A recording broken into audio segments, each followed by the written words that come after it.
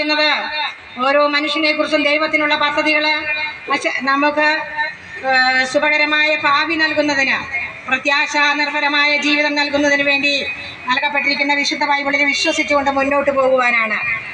അതുകൊണ്ട് നമുക്ക് കിട്ടുന്ന അവസരങ്ങളിൽ നമുക്ക് ബൈബിൾ വായിക്കുവാനും അത് കേൾക്കുവാനും അവസരം ഉണ്ടാക്കി തരുന്ന ദൈവത്തെ നമുക്ക് സ്തുതിയോടെ ആരാധനയോടെ നമുക്ക് വാഴ്ത്താം. പ്രിയപ്പെട്ടവരെ, വിശുദ്ധ ലൂക്കായുടെ സുവിശേഷത്തിൽ നമ്മൾ ഇപ്രകാരം വായിക്കുന്നു: ഒരു ധനവാനായ മനുഷ്യനുണ്ടായിരുന്നു. അവന്റെ പടിവാതിൽക്കൽ ലാസർ എന്ന ഒരു കുഷ്ഠരോഗി കിടന്നിരുന്നു എന്ന്. പ്രിയപ്പെട്ടവരെ, ഓർക്കുക, ധനവാന് പേരില്ല, അവൻ ഒരു വെറും ധനവാൻ മാത്രമായിരുന്നു. ലോക ജീവിതത്തിൽ അവന് സൗഭാഗ്യങ്ങളും സുഖകരമായ സാഹചര്യങ്ങളും ജീവിതമൊക്കെ ഉണ്ടായിരുന്നു. എന്നാൽ അവൻ്റെ പേര് വിശുദ്ധ ബൈബിളിൽ ചേർക്കപ്പെട്ടിട്ടില്ല. ഒരു ധനവാൻ ഉണ്ടായിരുന്നു എന്ന് മാത്രം.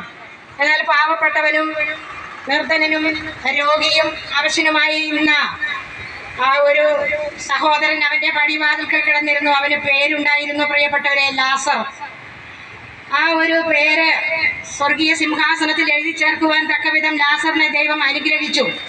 എന്നാൽ എൻ്റെ പ്രിയപ്പെട്ടവരെ, ഈ ലോകത്തിൽ അവൻ വലിയ കഷ്ടതയിലും ദുരിതത്തിലുമൊക്കെ ആയിരുന്നു.